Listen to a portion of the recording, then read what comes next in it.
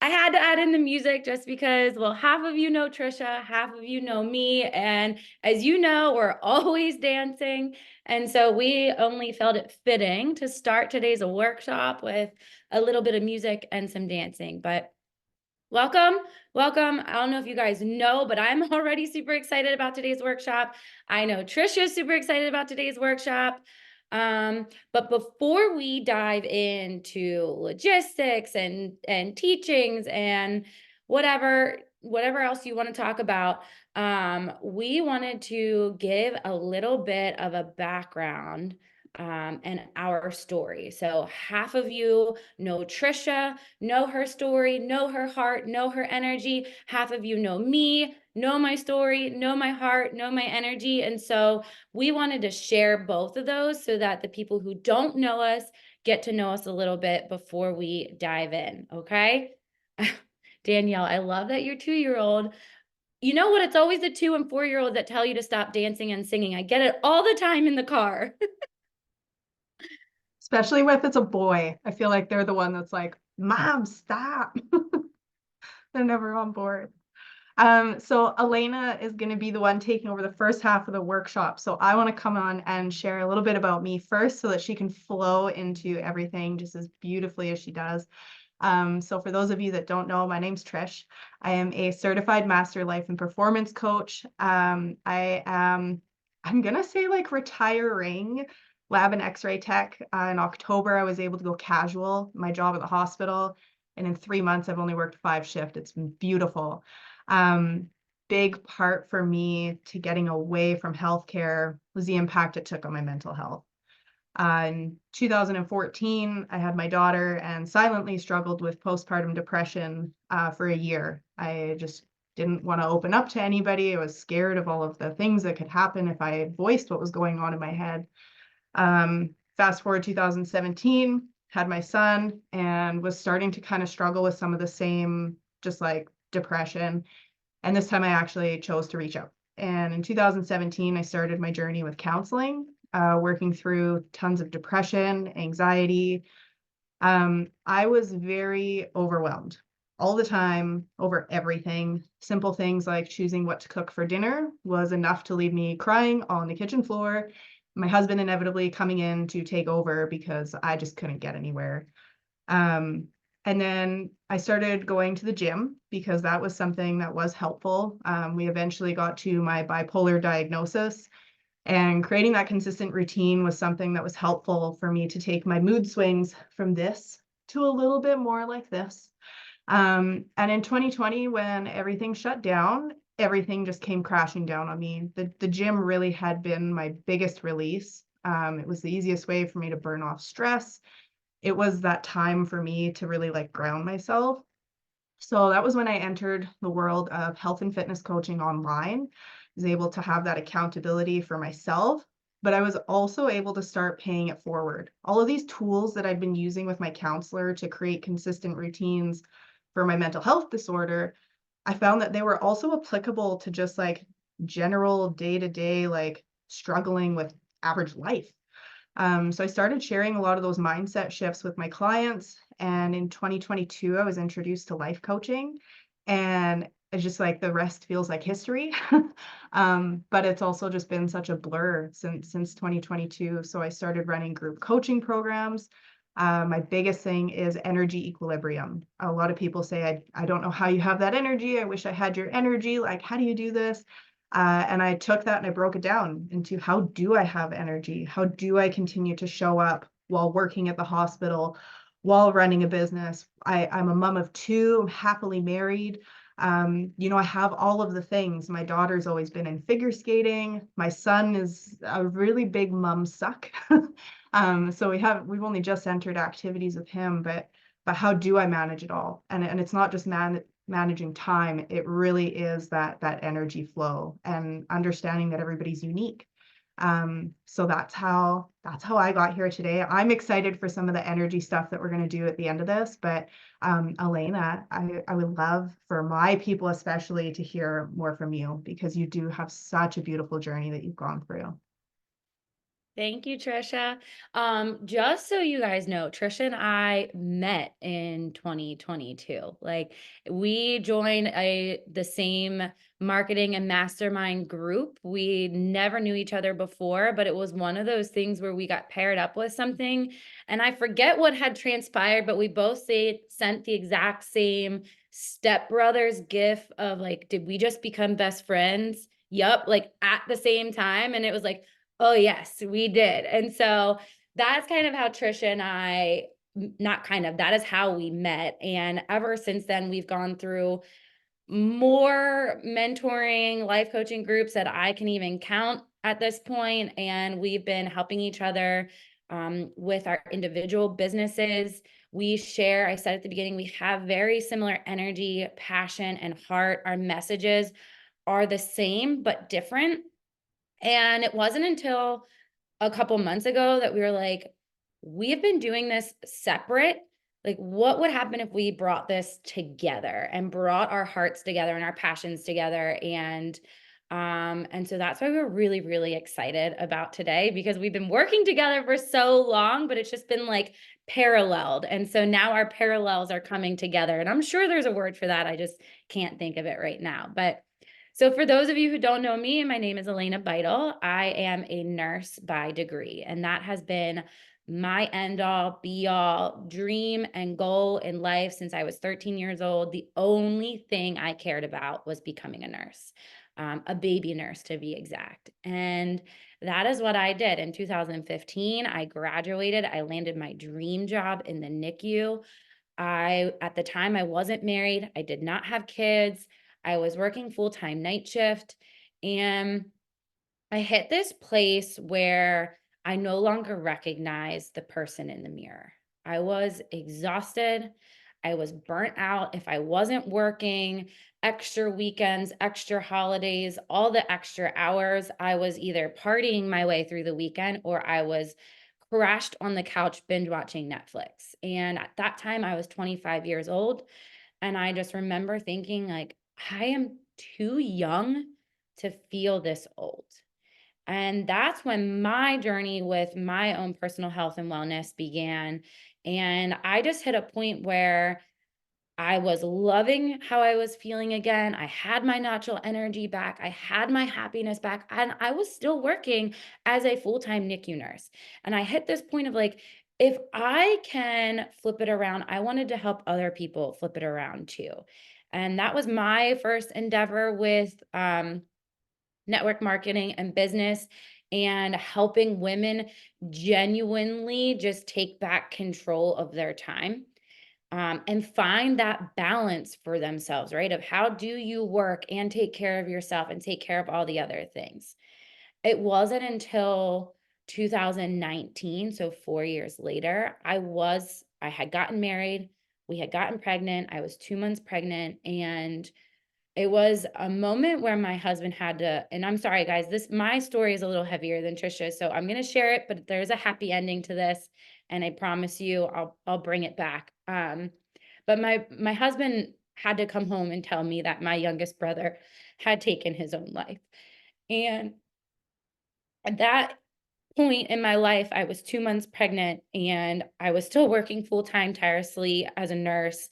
And I just remember a moment in time where I was like, okay, Elena, you have two choices here, right? You can either, this was in my shower, mind you, you can either remain laying on the floor of this shower, or you can lean into the one thing that you know how to lean into. And that for me was my health and wellness at the time. Like that community literally got me through one of the hardest times of my life. And that just opened doors for me that your own health and wellness is so much deeper than what we allow it to be. 6 months later, I'm now 8 months pregnant, and I receive a phone call that my other brother is in the emergency room. And, when you're the nurse of the family, you're always the first one to be called. So I'm the first one to show up. And I'm met by a nurse who's escorting me back. And it doesn't take a nurse to know that if you're being escorted back to the emergency room, that something's really, really wrong. And so I remember getting to the end of the hallway and another nurse coming out from behind the curtain. And she goes pale because she knows who I am. We know each other, we've worked together. And she just looks at me and says, "Alana, please tell me that this is not your brother behind this curtain."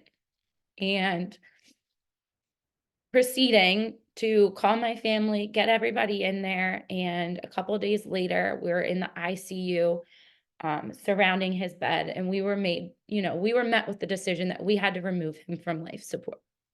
A month later, I delivered my child, and he was my first child.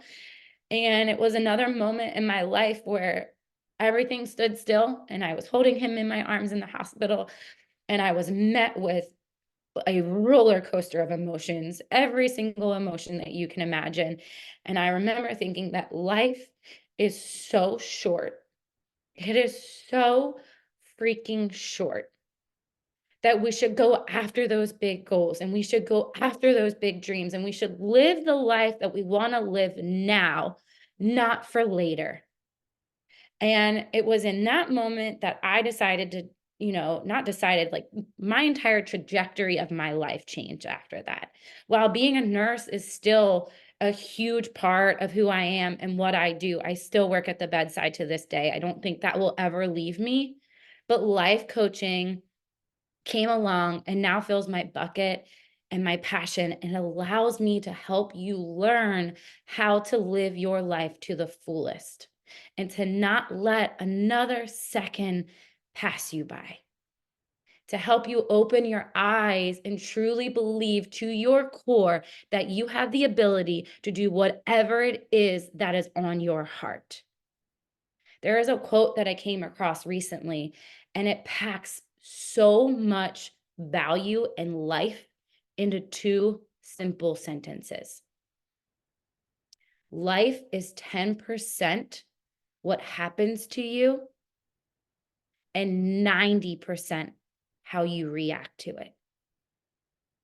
This means that nothing and no one has more control over your life than you do.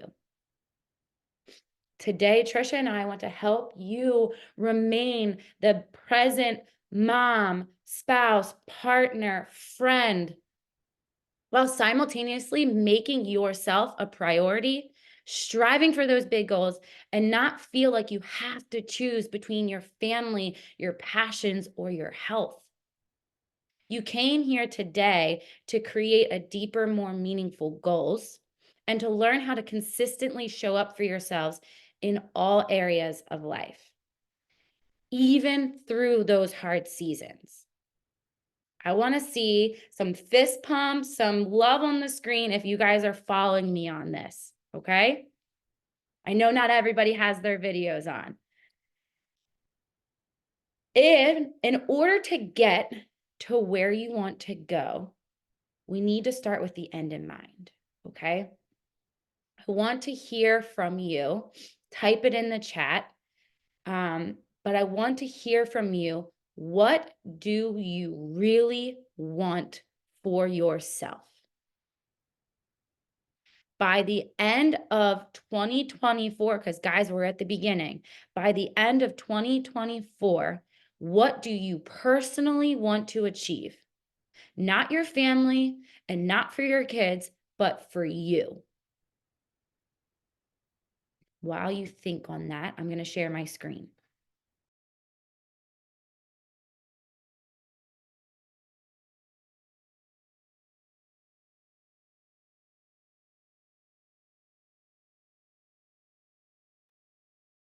Can you guys see that okay?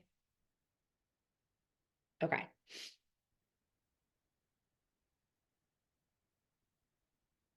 I'm going to check the chat. Drop it in the chat when you're ready. Kendra, I want to be to my core happy and know that how I spend my time is helping me get to the future I want to have. Yes. Kim, I want to lose 80 pounds and have both my husband and myself working part-time. Heal relationships with food. Yeah, remember, I love that. These are personal, right? Not for our family, not for our friends, but for us. What do we want to achieve? Amanda, I want to run a business and share myself with the world without comparing my journey to others or my truth to others. Yes. Yes. Danielle, I want to build a thriving life and performance coaching business to be able to leave full-time home health nursing and be PRN in the ER. Yeah. Better self-regulation and happier. Yes, Kim, it starts with us in here, right? I love this, guys.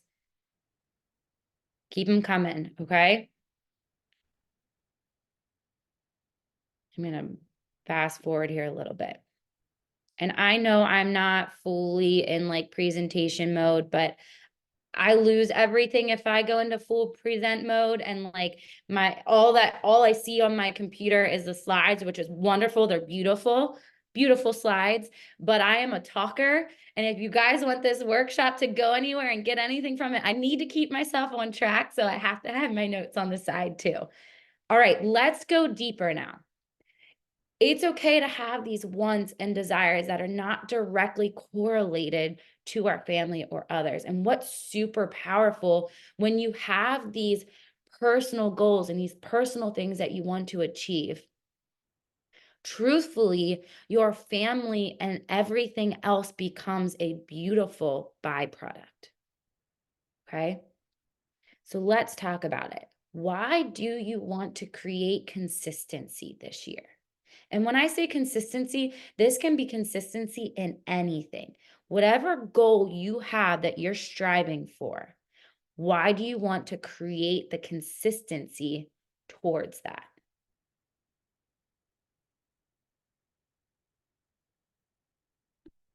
What is your definition of consistent? And that might sound silly, but this is powerful to recognize because everybody can have a slightly different definition of what consistent looks like and means to you. Okay? So when I say consistent, I'm not talking 7 days a week. I'm talking about consistent true action that is meaningful to you while living your life the way you want to live it. So for some people, consistent might be I show up for my goals 3 to 4 days a week. Consistent to somebody else might be I show up for my goals 5 days a week. Because here's the thing, all of our lives are entirely different outside of this computer screen. We have different things pulling at our time and our attention.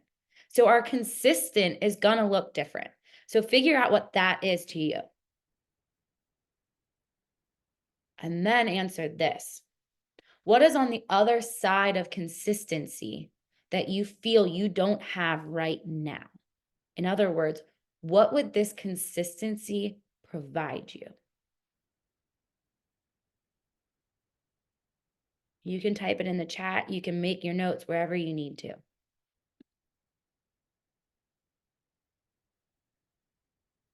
Trisha, for me, it's not completely abandoning my goals over the weekend. Yeah. Okay, well, you guys are answering that. We'll move on to the next one. What does healthy mean to you? Because here's the thing, guys. I am a true believer that your health and wellness is the catalyst to making your dreams a reality. Without taking care of yourself and without taking care of your health, you're just going to burn yourself to the ground striving for those goals. So let's come back to what does healthy mean to you? How do you want to feel this year? Not this month, not next month. How do you want to feel this year?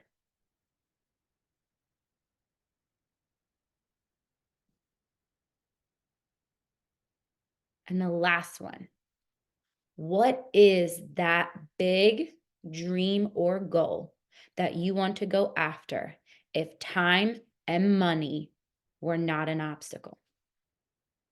We all have them. We all have those pipe dreams, those things that we think about when we're driving down the highway and our mind starts wandering off, right? And we start picturing something that we want to do, but then something in life happens and it snaps us back.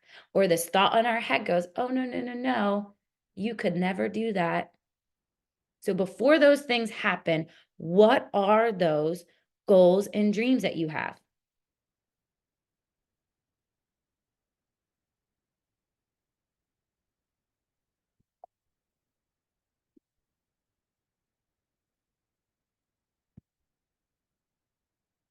Why is it so hard to take consistent action on our personal goals? It's this thought that this when then, right? Society has painted this picture that someday when life slows down, then you will have more time. When you get that promotion, then you'll be happier. When your kids become school aged, then you will have more time. When the sports season is over, you will feel less stressed. When you have more energy, then you will start showing up. When you lose that weight, then everything will be better. When you retire, then you get to travel the world. It's this when then mentality that keeps us stuck, thinking that in order to become someone or something, we have to have something first. But in reality, it's the other way around. If you've ever heard this, and some people on here have, and I know that, but some of you might not, it's this be, do, have. We have to become someone first in order to do something, then we can have. The other part of this, when then, is that if you just keep waiting for when life slows down, before you know it, life has passed by. All of these things have happened, and you still haven't taken action on your goals and your dreams. And I don't want you waking up one day wishing I would have done, because you can live that life right now before you achieve anything you have on your heart. Or how about this one? I know we all feel this after the holidays. Survival mode, right? Survival mode. We all know that feeling. Life's insane. The alarm goes off. You have to get the kids to school. You have to get to work. You have the after school activities. The house needs to be clean. Laundry needs to be done. You have schoolwork to do, or a business to work on, or work to catch up on. You're eating meals out of a vending machine or anything that is quick and convenient, barely holding it all together. And some days you feel like if you stop, it's all just going to come crashing down. Society has instilled in us that we have to run ourselves ragged. And if we aren't running ourselves ragged, we aren't working hard enough. And if we aren't spending all these hours, all these ridiculous days and times, and if you aren't responding to somebody with the words, I'm busy but good, or I've been good but life's busy, there is this shame attached to just saying that you're doing really good. We've attached this busy word, we've acquired it as part of our vocabulary. You could be sitting on your couch watching a movie and somebody asks you how you're doing, and you're going to respond with the words, I'm good but busy. Right? We've all been there. We've all done it. The next one. This one's a big one. Life of a Kardashian. And yes, I am talking about the TV show. Think about it. We now live our life and take actions based on what everyone else is doing through a lens, or we think we should be doing, or we sit and we scroll and we compare, wishing we could have that life and beat ourselves up because if she can do it, if she can be organized, if she can have her shit together, why can't I? And if we aren't careful, we get so caught up and we think that we want what other people have and we feel we need to have those goals that other people have. And we need to live this picture perfect, color coordinated, Instagram worthy life. So we live our day to day beating ourselves up, tearing ourselves apart. We're not having or doing the things, right, that we really want to be doing. We're not living the way we really want to be living. We're not watering ourselves and taking care of ourselves the way that we need to because we're just trying to keep up with the world. Now, I want to share a story with you. And this quote, I had to put this: the beauty belongs to those who believe in the power of change. Now, think of this. How many of you have ever planted or cared for or grown a sunflower from a seed? Anyone? Yeah. Did you know that there's 6 phases to growing a sunflower? Starting with just the seed, right? You have to plant the seed first, and you have to water it daily. But here's the thing, you water it just enough. You don't want to soak it, right? So each day you care for the seed by providing it just enough water, day after day after day.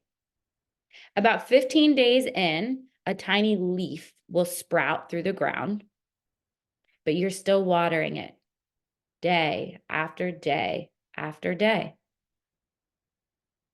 At about day 55, okay, you're following me on this. We're now a month and a half, give or take, almost 2 months into this watering day after day. The sunflower will then grow a root, and sunflower roots can grow up to 6 feet in depth. Okay. But it's still just a little bit bigger of a stalk with a couple of leaves. That's it. It's providing its strength and its sturdiness, but we're still watering it day after day after day. At about day 65 to 75 is when the bud of the sunflower forms, but it hasn't bloomed yet. It hasn't bloomed yet. And so we're still watering it day after day after day. I feel like I should have that on a loop. By day 120, did you guys catch that? Day 120, we're already 1/3 through a year. The sunflower matures enough to actually bloom. Okay. What happens when we start to care for ourselves in a simple yet impactful way? A way that allows us to grow sturdy roots first, a way that provides us with the strength and the sturdiness for us to bloom. We don't spend all day and night or countless hours, but rather we focus on the most important actions that will serve the growth that we want this year. In order for us to do this, we need to get crystal clear on what you truly want. Now, this is the part where Trisha gets to take over and help you guys get crystal clear on what it is you truly want. I'm very excited, and you guys are going to be like, why are you asking me the same question Elena already did? But I really want, who listened to that story and had a little bit of like oh, 120 days. Maybe I've expected my goals to happen a little too fast. Did anybody have that like kind of gut check moment? Our head is going to say, look at all those times in the past that you've pushed for these goals and they haven't happened. So when you set your goals for 2024, let's just pick something small. What I want to do right now is I want to challenge you guys. We have a blank slate right now. And I don't mean like that's such a cheesy thing to say in January. I don't care about any of that stuff. You have a blank slate because you are on this Zoom session with us right now. There is no past. There is no pain. There is no obstacle. There is no sacrifice. I want to know from your heart, What measurable goal do you want to achieve in 2024? And I want to see it in the chat thread. And while you guys are putting that in there, I want to emphasize why I emphasize the word measurable. Because if you guys think about a marathon, somebody knows that they are training for 26 miles. And they know that at that 26-mile mark, there's a finish line. And that is what they're working towards. So as they're going, as they're hitting these milestones, these water stations, all these things, they know definitively where they are working towards. If everybody was just put on a start line and you were told, go run for 2 hours, that doesn't hit home. We need something that we're like, this is what I'm working towards. So while consistency is what everybody that came to this workshop wants, want to know, like, what is that numerical goal, whether it's weight loss, weight gain, finances, what is that definitive goal that you're working towards? Kendra, I want to go to sleep at night being truly happy with my life. How do you measure that? How do you measure happiness? Like Kim, I did see you've done this with me a few times, so you knew you knew the drill. I still had the 80 pounds.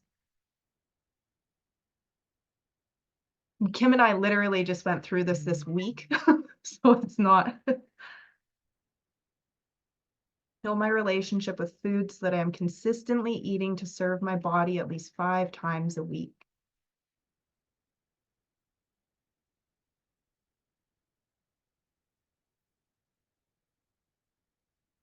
So feeling happy with how you spent your time, $100,000 income from your coaching business.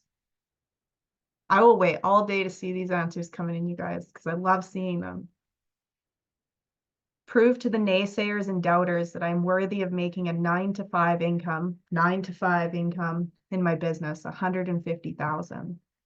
Want to have my book published, have spoken at 6 major events, and not work past 6 o'clock at night. I love that. So I want you guys to tell me this goal, this thing that you're working towards. I know Alana said, like, this is for you. This isn't for anybody else. But we're human beings. And I know any moms on this call, we know we show up different when we know that it benefits somebody else too. Because we don't have limiting beliefs for other people. We think that everybody around us deserves the world. And on the hard days when we feel like we don't deserve that goal, we'll push a little harder for somebody else. So I want you guys to look at those goals and I want you to answer this question. What impact would that have on you, on your family, on the world around you? Why is it meaningful for you to achieve that goal? It's okay, Mitzi. I'm glad that you didn't have the answer right away. That means that we're working on your heart voice.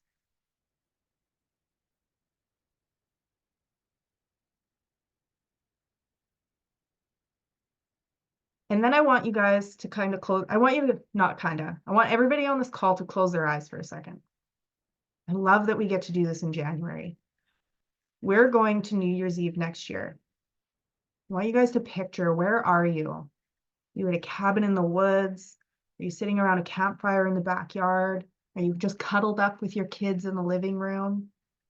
I want you to really picture where you are New Year's Eve next year. Really put yourself in that moment. What are some of the sounds that you hear? Do you hear food cooking in the kitchen, people laughing, conversation? What is it for you?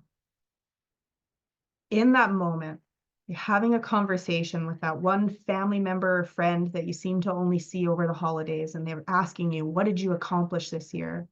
And you tell them, I lost 80 pounds this year. I made 150,000 in my business. I made 100,000.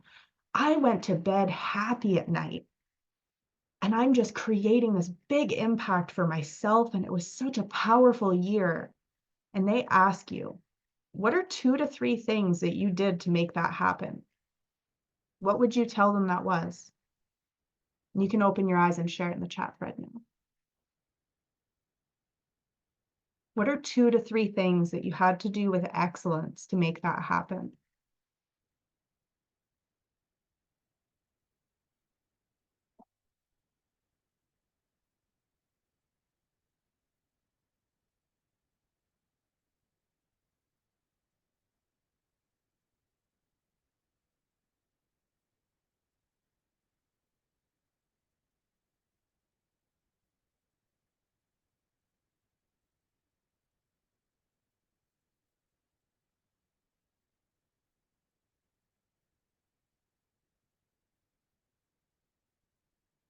And for those of you that are occupied with kids or you're driving or you're catching the replay, I really encourage you to write this out.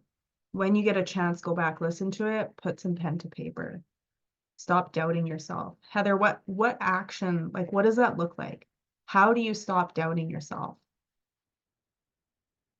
Self-care, invest in my growth, put myself in growth situations, invest, commit, make weekly food planning a priority.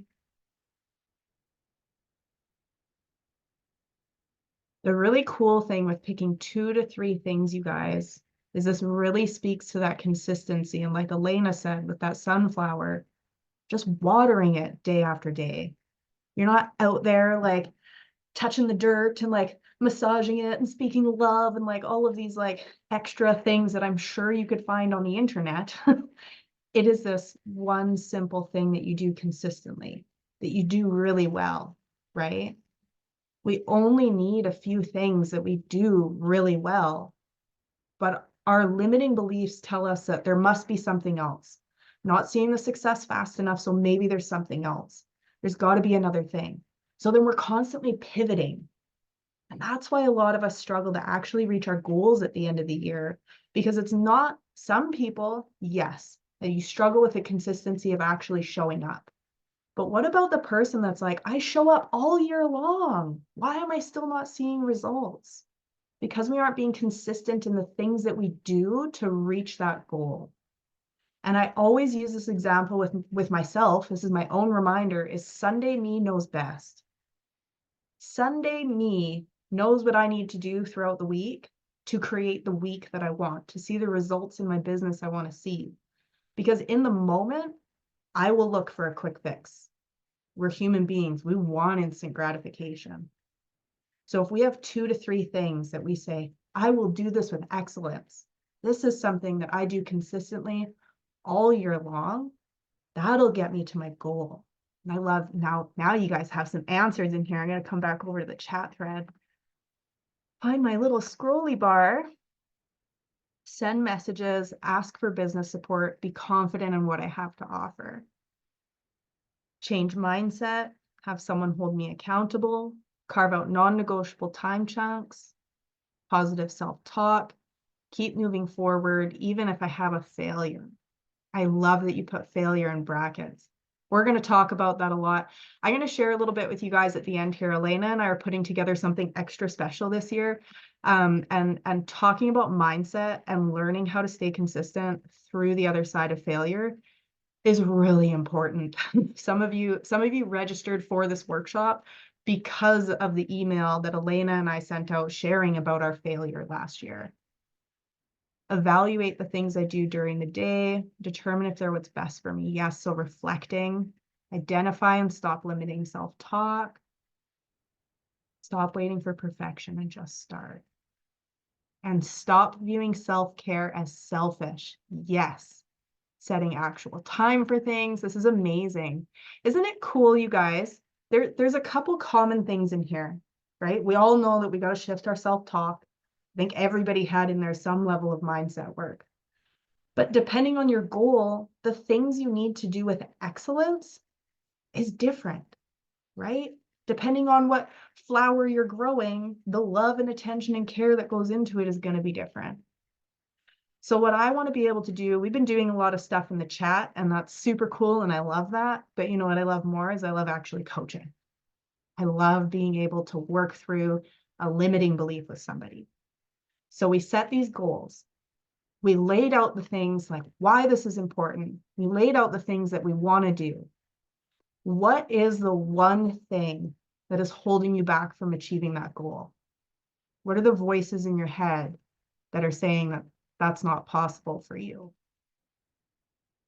And if anybody wants to unmute, you can either just unmute or put your hand up, whatever is better for you.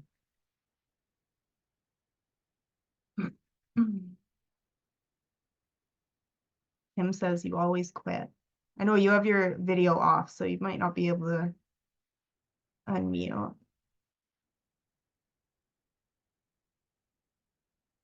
I can't hear you. No, you're still muted. Can you hear me now? Yes, I can hear you now. Nobody else want to go? I get coached all the time. I've trained Kim really well to put her hand up. This is a key thing. Somebody else go. I'm gonna pick someone. Danielle, sweet, I pick you. Danielle's actually also a master coach in training. Fine, she gets to pick someone. Kendra Uh, raised her hand. go for it. Okay. What was the question? I think I What know. is, what is the one thing that is holding you back from achieving your Okay, goal? that's what I thought. I think mine is it's probably mostly an excuse, but it's the energy level. Like, I'm gonna get up and do this. I just don't have the energy. I'm gonna start working out. I just don't have the energy. I'm gonna get my to-do list done so it stops growing to the point where it could attack me and probably take over my like entire life. I don't have the energy for that. So whatever I need to do to get the energy or to just fake it till I make it, like, because that's my big thing. Mhm. So can you take me back into, it's really helpful in this process if we can go into a very specific moment, because I know you listed a few things that you feel like you don't have the energy for. Can you take me back into the last time you went to work out, do the to-do list, whatever it is, and this feeling of I don't have the energy came up for you? Yeah, this week has been weird because I was very, very sick.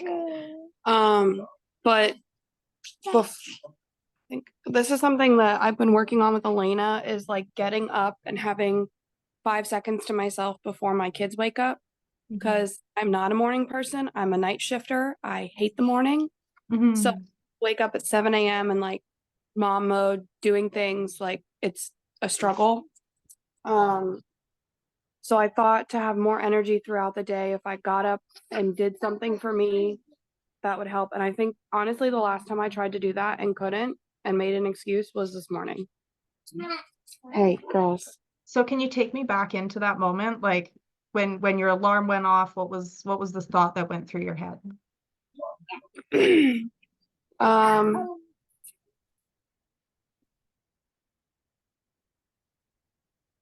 I think more than anything, it was I already don't get enough sleep. I don't want to get up any earlier than I have to. And if like my husband's home today, so maybe I will get 5 minutes to myself without having to get up early. So I kind of made an excuse as like, I'm not, like, he doesn't work late today. And I'm already tired. I already got to bed late. I don't want to lose any more sleep. Yeah, I'm already tired. I don't want to lose anymore. So in that moment when that went through your head, I don't want to lose any more sleep. What emotion did that create for you?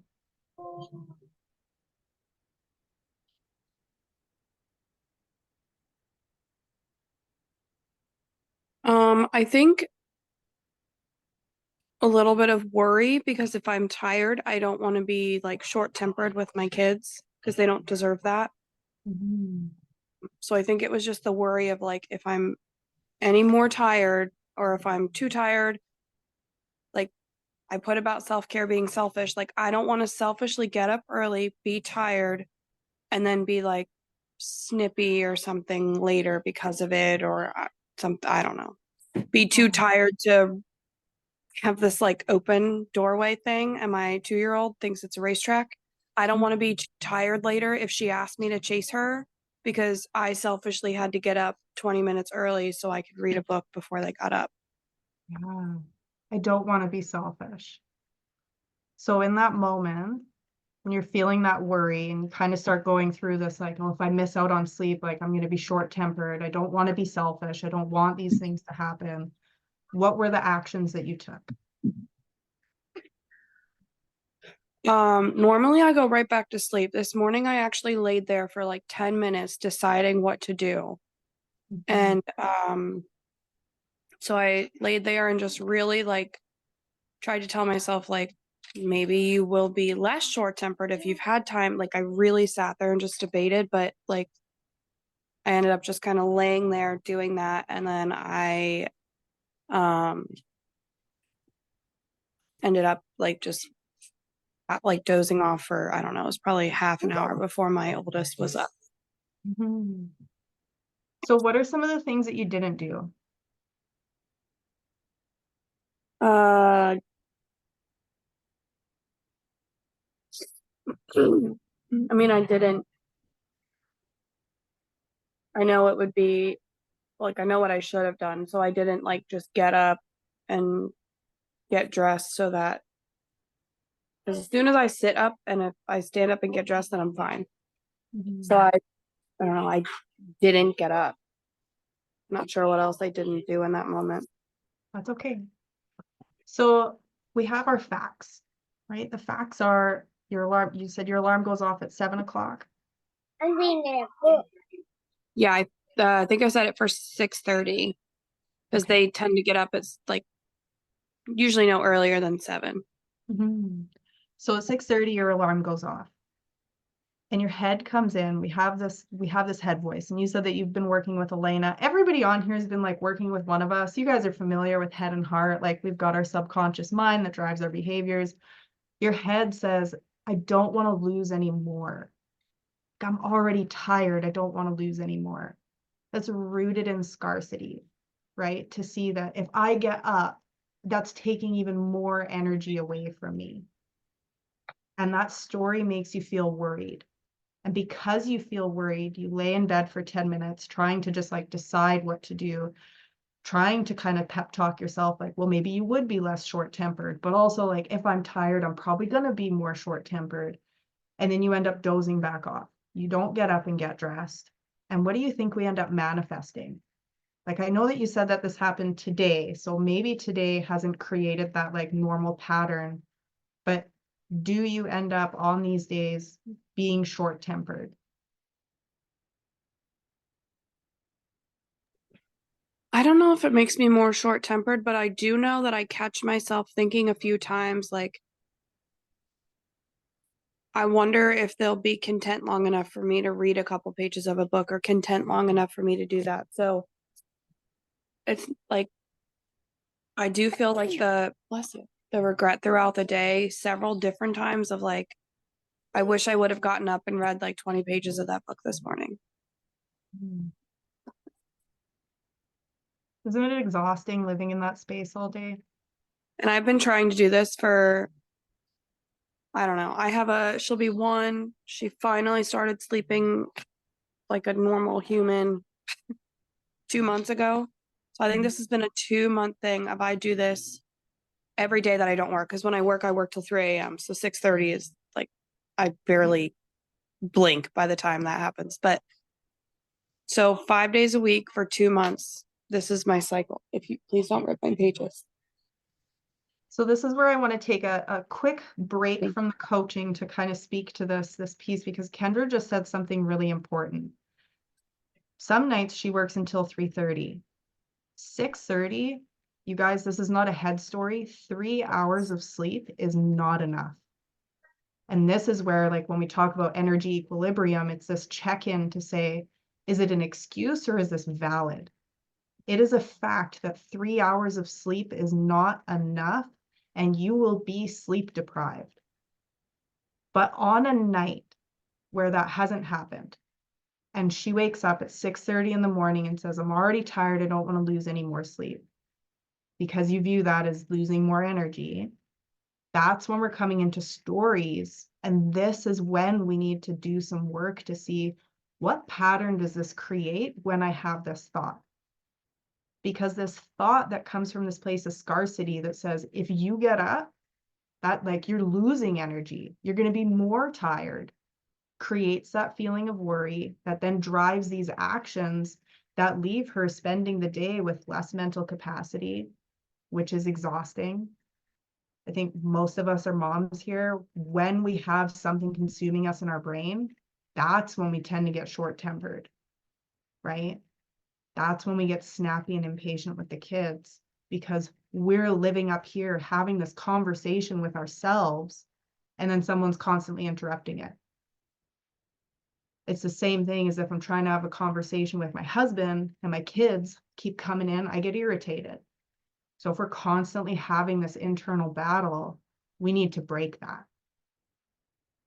So Kendra, I want to ask you, if you get up in the morning with your alarm and you have some time for yourself, like you said, even just to read your book, what can that create for you? She says, hi. I think it's gonna create a space where I'm more willing to, honey, hold on, let me put my coffee down. To show up the way I need to, because I have eliminated the bitterness of I never get any time for myself because I've created that. And I think for some reason, I think it's, I mean, I work night shift. I have 2 little ones, so it's been a long time like of not sleeping consistently.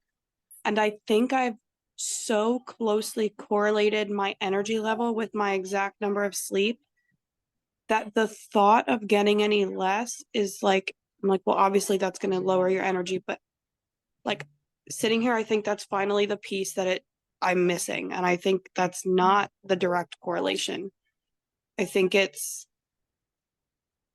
like, it's probably more exhausting for me to play this on loop in my head every day.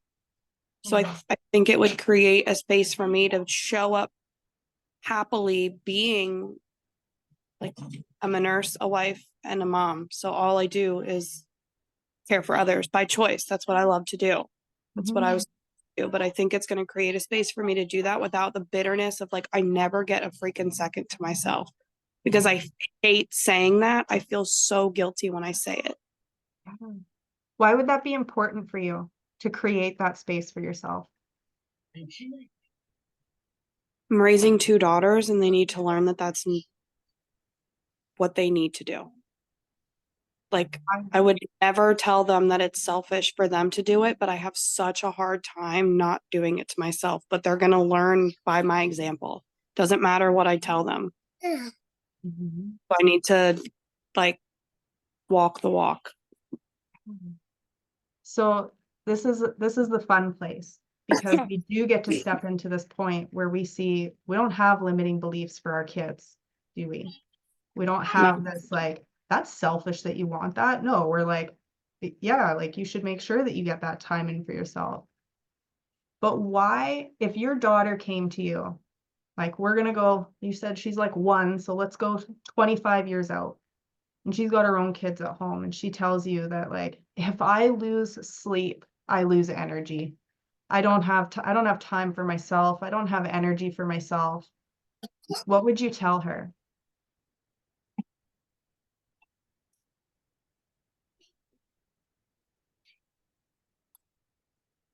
I think I would tell her that one of the most energizing things that you can do, even though it doesn't feel that way, is to do something for you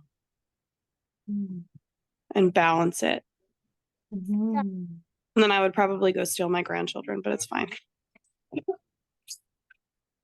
Why is that one of the most energizing things you can do, is to do something for you? I'll get you a pouch in a minute, because I think it helps me remember who I am outside of my roles and like what I enjoy. Sometimes I feel like I'm just like the hat wearer and I kind of forget that like there's a person under the hats. And I think self-care, like sitting there reading a book, like nothing crazy, like reading a book, or like today I took this time to make myself food instead of just like eating their stuff off their plate that they didn't eat. Like, I don't know. I think it helps me like remember my value and like who I am. Yeah. So some of you might be like, why are you still asking questions? I don't know if anybody noticed, but when Kendra first started talking about this, there was still a lot of I think. Some of the key words and phrases that we watch out for as master life and performance coaches is when someone says something like, I feel like, that's a head story. That is an immediate red flag. That is something I will latch onto. We're going to dig into that. When we are trying to step into our heart voice, when we say, I think, it's a little soft.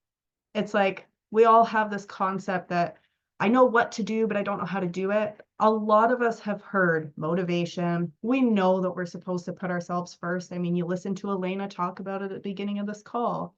We're not all the way in your heart because your head is still blocking. It still doesn't actually believe that taking that time for yourself is going to create more energy than the sleep would. When we say, I think, we're still not all the way there. We could take it, but it's not actually going to help Kendra get out of bed tomorrow morning. I remember my value and who I am. Who are you, Kendra?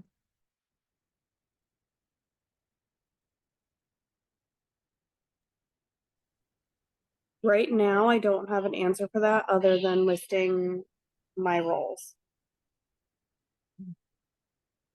Well, Like, that's not where we want to go. I know I have to, I've been like, I don't know, with them both being little, it's been like so back to back that it's been a long time since I've like really been able to answer that question. So there's some exploration to do. And sometimes we can get into this like right away. Sometimes it's really easy for us to step into our heart because it's something that we've been like, it's been kind of nagging at us. But if we've spent 2 years not really spending any time knowing who we are, knowing like what our value is, it can take some time. It's not going to happen in the next 15, 20 minutes. This is some deeper digging work. And this is what I really want to show you guys is that some stuff is going to be very cut and dry, simple, right? Maybe we're just struggling to make time for ourselves because we need to learn how to set boundaries or to ask for help or to delegate. But if we're struggling with who we are as a human being, that might actually be the reason that you're having a difficult time getting out of bed. Because it can be daunting to wake up in the morning and go, cool, I want to wear all these hats again today, but like, why? When do I get time for me?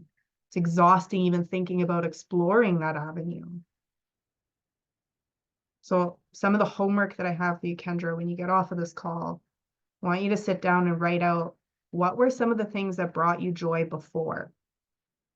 Like, who were you before motherhood? Who were you before you became a wife, a partner, whatever? Like, who were you? What were the things that lit you up? Was that connections with friends? Was that exploring? Was that trying new things? Like, that's different for everybody. I want you to really explore who it is that you are, because that's the person that you're going to wake up for in the morning. You're going to wake up knowing I'm getting up for me. And then it is okay if that time for you is getting up to read a book before the kids get out of bed. Nobody is here to tell you this is what you have to do to create that energy in the morning. That is one thing, you guys. True coaching doesn't tell you what to do. A lot of high performers really want to like go it alone. They just want to like prove to themselves, I can do it. I don't need a coach. I don't need anybody to help me because they're scared that someone's going to come in and tell them what to do. True coaching never tells you what to do. It's helping you pull out what you know you need to do, but also uncover these layers that, like, I could see Alana even nodding, like she's been working with Kendra, and I don't know if this is an avenue that you guys got to.